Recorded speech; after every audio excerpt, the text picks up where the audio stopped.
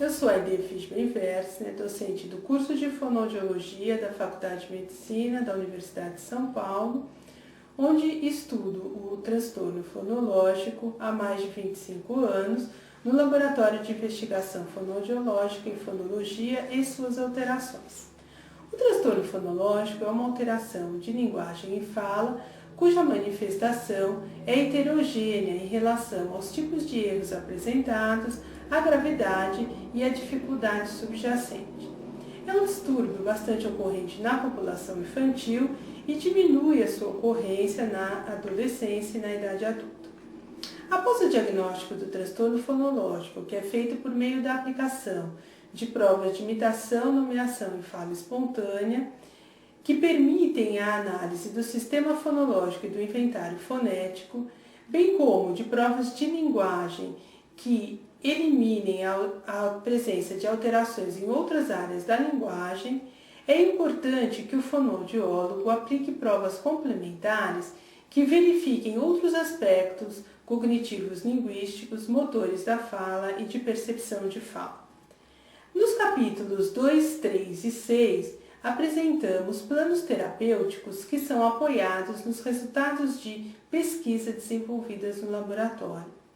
No capítulo 2, plano terapêutico fonoaudiológico para crianças que apresentam dificuldade em produzir e manter o vozeamento dos sons, em que tenho como coautoras Luciana de Oliveira Pagan Neves e Renata Ramos Alves, apontamos sugestões de tratamento para crianças que têm dificuldade em produzir e manter o vozeamento dos sons consonantais vozeados.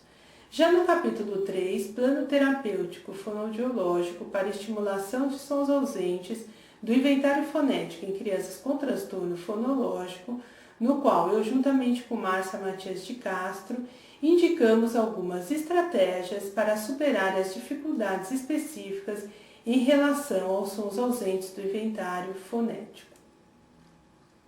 Com as autoras Daniela Evaristo dos Santos Galé e Luciana de Oliveira Pagan Neves, no capítulo 6, Plano Terapêutico Fonoaudiológico para orientação aos pais de crianças com transtorno fonológicos, mostramos a importância da participação dos pais no tratamento fonoaudiológico de crianças com transtorno fonológico. Convido vocês a lerem e principalmente colocarem em prática as nossas sugestões terapêuticas.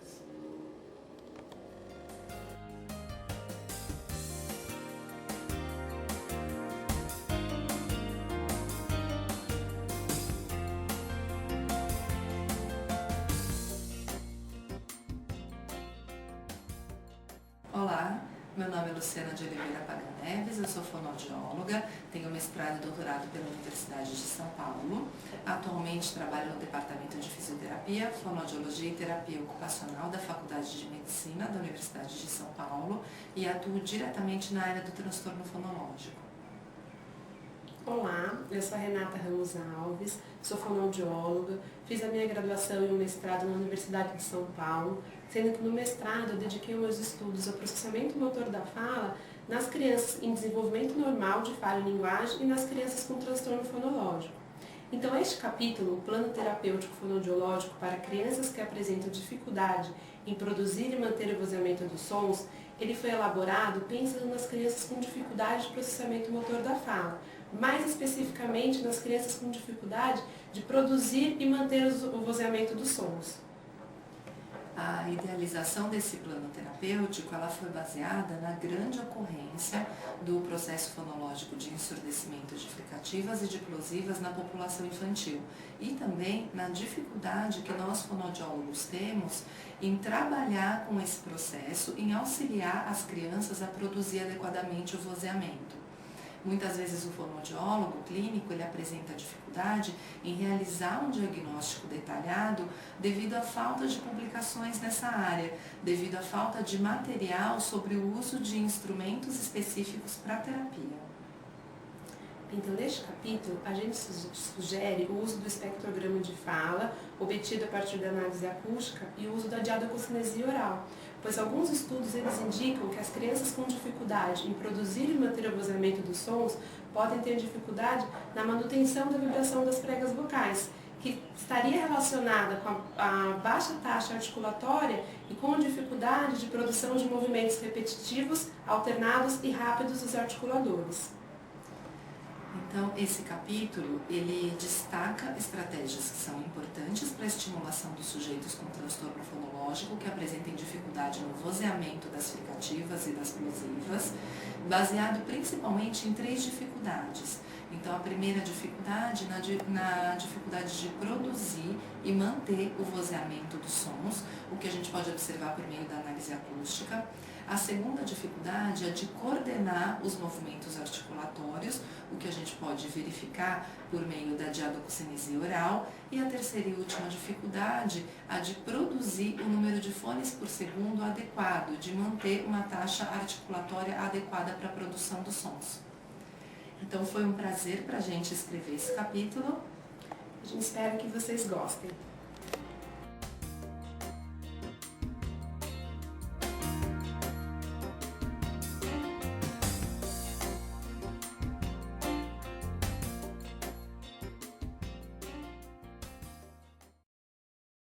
Eu sou Márcia Matias de Castro, eu sou coautora do capítulo 3, junto com a professora Aide Wertzner. Esse capítulo, ele trata do plano terapêutico fonoaudiológico para a estimulação dos sons ausentes do inventário fonético em crianças com transtorno fonológico. Eu venho tratando essa temática de identificar os sons ausentes, como avaliá-los e tratá-los desde o mestrado, e aprofundei o estudo no doutorado, a partir da medida da estimulabilidade, que é uma medida para identificar se a criança é ou não estimulável aos sons ausentes do inventário, ou seja, essa criança consegue, com pistas facilitadoras e a partir de uma situação de imitação, produzir esse som ou não. Para aquela criança que não consegue, que realmente tem esse som ausente, é necessário um direcionamento na terapia fonoaudiológica para que a criança consiga adquirir esse som e, além de adquirir os gestos necessários para a produção, condições para que use na situação de comunicação, envolvendo o treinamento desde contextos simples como as sílabas, mas também nas palavras, nas frases, em diferentes situações de comunicação. Então, o capítulo ele vai ajudar o fonoaudiólogo a inserir esses sons no sistema fonológico da criança e tem uma sequência de atividades para que os sons, além de ser inseridos, eles passem a ser utilizados no cotidiano dessa criança a partir do direcionamento de como fazer essa inserção. Então, ele serve como um direcionamento para as crianças que têm uma dificuldade centrada no controle motor da fala.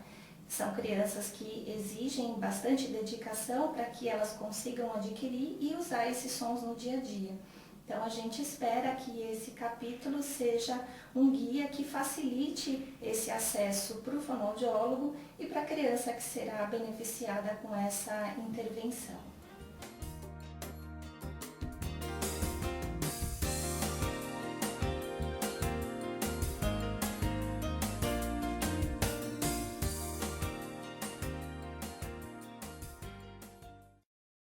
Meu nome é Daniela Evaristo dos Santos Galea, eu sou coautora do capítulo 6.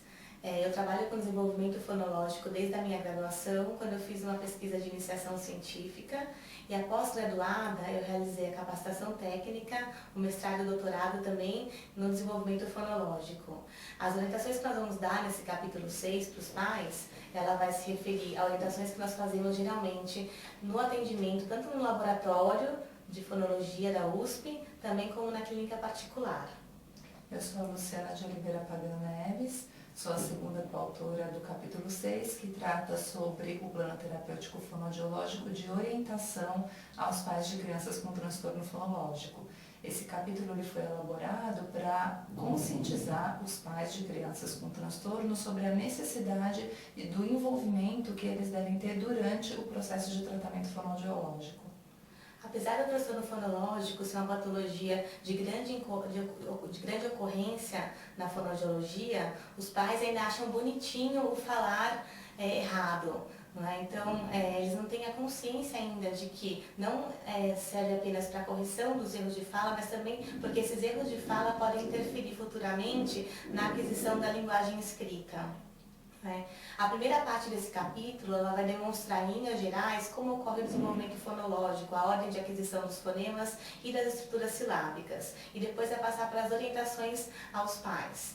Então, eles têm que saber a importância que eles têm nesse caminho do tratamento do transtorno fonológico. Então, nós damos algumas atividades que são simples de serem realizadas em casa. Então, há uma grande importância deles realizarem no dia a dia. São atividades que vêm de uma ordem crescente de dificuldade. Essas atividades, elas tratam tanto da percepção auditiva, como da produção dos sons e também da aquisição das regras fonológicas, e vai até também um pouquinho na parte de processamento fonológico, para eles verem a importância que eles têm e que dá resultado no tratamento de crianças com transtorno fonológico quando eles ajudam nesse período que as crianças estão ausentes da terapia. Espero que vocês gostem desse capítulo e ajudem os pais a também participarem desse tratamento.